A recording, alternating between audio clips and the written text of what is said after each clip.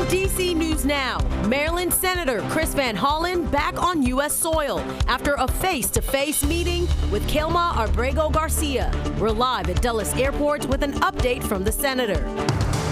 Also, potential suspects wanted in a triple shooting in the district. That investigation in Southeast. Well, as we head through your evening, tracking those mild temperatures, but heading into the weekend, we're tracking a warm up. We'll have those details and what to expect up next. An event in D.C. helping people reintegrate after life behind bars. Plus, a Virginia woman headed to the Boston Marathon at 71 years of age.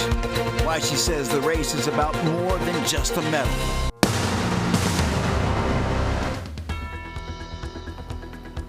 Breaking now, Maryland Senator Chris Van Hollen home from El Salvador, landing at Dulles Airport about an hour ago. Thanks for joining us for DC News Now. I'm Mark Hall. And I'm Tosin Fakile. The senator already spoke to the media. Van Hollen met face-to-face with Kilma Abrego Garcia last night. He is the Maryland man who was mistakenly deported by the Trump administration and sent to a prison in El Salvador. And Tosin, the Trump administration maintaining claims that he has ties to the MS-13 gang despite him having never been charged with a crime. It's a case that sparked a legal battle and made global headlines. The Supreme Court ordering that the government must facilitate his return. But President Trump and the president of El Salvador say that won't happen. At DC News Now's Mariel Carbone live at Dulles Airport, where Senator Van Hollen just spoke. Mariel, he talked about a lot. Fill us in on what was said. Yeah, Tosin and Mark, a lot to digest here. We know that the senator arrived back here about an hour ago. He spoke to the media for nearly 45 minutes, filling us in on his trip, his conversation with Abrego Garcia, and what comes next. So to start, we know that he met with him yesterday evening at the hotel that the senator was staying at, but it was almost a surprise meeting.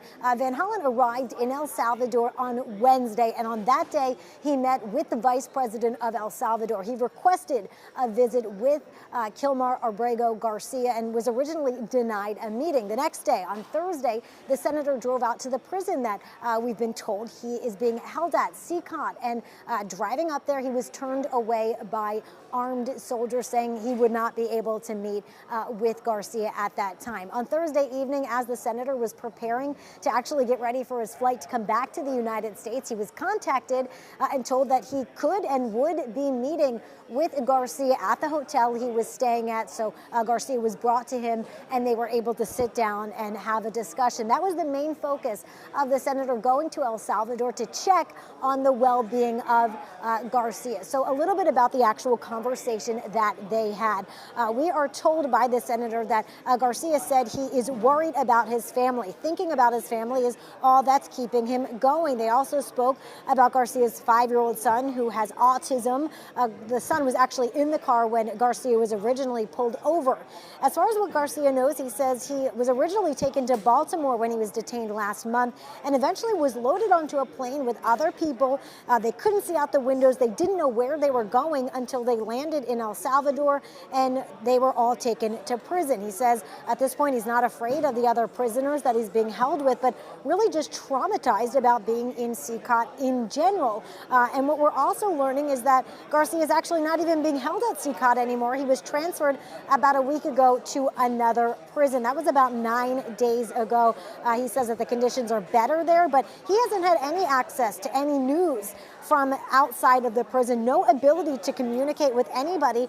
And he also says that the senator was the first person outside of prison that he's had any communication with since last month when he was taken. Now, here at the airport, Garcia's wife was here. She was tearing up as the senator spoke to us about all of this. As far as what's next, we know the big focus is on trying to return him to the United States. And the senator telling us the point of all of this, the point of this visit and the push to bring him back is all about due process. Take a listen to what the senator had to say. It's also important that people understand this case is not just about one man. It's about protecting the constitutional rights of everybody who resides in the United States of America. If you deny the constitutional rights of one man, you threaten the constitutional rights and due process for everyone else in America. So that is the whole point of taking this trip over there and really highlighting this case. At this point, we don't know if Garcia will be brought back to the United States. The president of El Salvador, as well as the Trump administration here, saying that is not going to happen. And Mark and Tosin, I want to highlight something. If anybody's at home been following this the last 2 days, you may have noticed last night, the photo originally posted by Senator Van Hollen shows the two of them, Garcia and the senator, sitting around a table with some glasses of water. A photo later posted on X by the president of El Salvador shows two glasses with sugared or maybe salted rims and a cherry sitting in front of them. Looks like maybe margaritas or some other drink. The senator saying today that those were props placed there by aides of the president and other El Salvadorian officials to look like something else was going on there. So something he was just pointing out the efforts that the administration out there is going to make this look like it's something different than what it was. So that's the latest out here, Mark and Tosin. Marielle, before we let you go, we know Senator Van Hollen has been called out on a number of things. Senator Hollen spoke about the Rachel Morin case. Rachel was murdered by a fugitive from El Salvador in 2023. Her killer was found guilty for her murder this week. And Marielle, her mother Patty was at the White House recently and called out the senator for his trip. How did he respond? Yeah, well, it kind of goes back to this whole idea of due process and your day in court. The senator saying that what happened in that case is heartbreaking, that he feels for the family. But in that case, the person suspected was taken to court, had his day in court, and was eventually convicted. What he's calling for here is for Abrego Garcia to have his day in court. And he says if the Trump administration really believes that he is a member of a gang or did some other criminal activity, then to prove it in court. So that is really what it comes down to, is due process, the law that we have here in the United States, and making sure that it's followed. Marielle, thank you for that report. We know this battle will continue, and of course, we will stay on top of it. We will continue to cover the latest in this battle to bring home Kilma Abrego Garcia. You can find the latest on air and online at dcnewsnow.com. All right, let's head over now to meteorologist Brittany Ward for a first look at our forecast. And Brittany, the weekend has already begun for so many people. It is beautiful out. Will it continue? Yeah, you know, heading into the weekend, Easter weekend, not looking bad. We're going to be tracking those warmer temperatures. We could see a few stray showers, but it doesn't look to be a washout. So heading outside right now, a live look out towards the Capitol Dome. We are still holding on to mostly clear skies at this hour. The camera is shaking. We are seeing a bit of a breeze, and that breezy conditions will continue as we head through your evening. So do keep that in mind. Temperature wise, not bad across the area. We are sitting at 81 degrees right now in DC, 80 as you head over there to Hagerstown, 79 though in Frederick, a little bit cooler back off to the south out towards Lexington Park. You guys are holding on to 71 degrees. You're almost flirting though with the 90s as you head back off to the west out towards Kaiser as well as Cumberland. You guys are sitting in the upper 80s at this hour. So winds are on the breezy side. We're seeing wind speeds staying at about 21 miles per hour here in DC. We're seeing them shift out of the south, which is why we're seeing those warmer temperatures at this hour. But if you're about to hit the roads this week, not looking bad at all. We'll be holding on to clear skies as we head through the first half of your evening before we start to see more clouds roll their way in as we head through your evening tonight. So keep it here. We'll have a full breakdown of this forecast, guys, and what to expect up next. Brittany, thank you. Breaking news in Charles County. Investigators believe that they found the body of a missing Waldorf woman. Lesbiana Ramirez Guerrero was reported missing April 2nd and was last seen on March 31st. Investigators say her boyfriend, Casey Barrera Rosa, is in custody for her murder. The boyfriend's uncle is also in custody. He's accused of being an accessory in Guerrera's murder. Guerrera lived with her boyfriend, their 2 kids, and several others. Investigators say the family's red Toyota 4Runner was parked at the home when she was reported missing. We're going to continue to monitor this story and pass along any updates. Developing in the district, police are investigating a triple shooting in Southeast D.C. Yeah, 1 man is dead and 2 others are injured, including a minor. And DC News Now's Liberty Simmons live on Savannah Place this afternoon. Liberty, what can you tell us?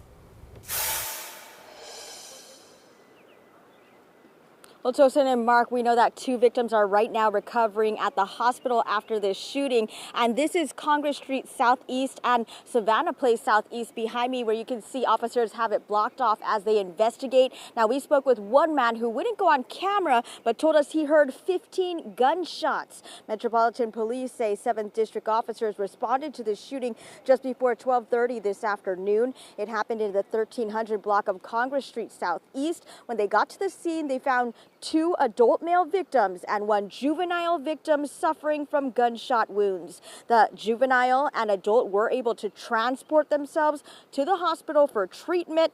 They were conscious and breathing. Now, the adult male victim, though, was pronounced dead at the scene. And we have spoken to several upset neighbors here nearby who wouldn't go on camera, but did tell us that it's sad to see the way people are killing each other out here. Homicide detectives are working to investigate what led up to this shooting, and police say at this time there is no suspect. Look out right now. For now, live here in Southeast D.C., Liberty Simmons, D.C. News Now.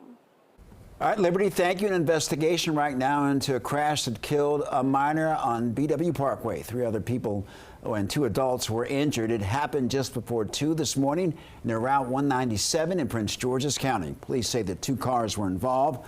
Investigators did not give the exact ages of the victims, or they didn't say what caused the crash. And to Virginia now, where George Mason University is considering making cuts to DEI practices. It follows mounting pressure from the Trump administration. FFXnow.com reports this move comes as higher education facilities around the country risk losing federal funding if they don't comply. Yesterday, GMU leaders met to consider a resolution to comply with DEI cuts. All programs and trainings not required by state and federal law in the school's Office of Access, Compliance, and Community could be cut. The proposal will be reviewed later by the school's Board of Visitors. Well, a travel agent faces up to 20 years in prison for his role in defrauding the George Mason men's basketball team out of $160,000. Maurice Smith of Georgia pleaded guilty to wire fraud earlier this month, and according to FFXnow.com, investigators say the school paid the company to book a trip to the Bahamas, but he instead used the money on his own travel and to reimburse another college that fell for his scheme.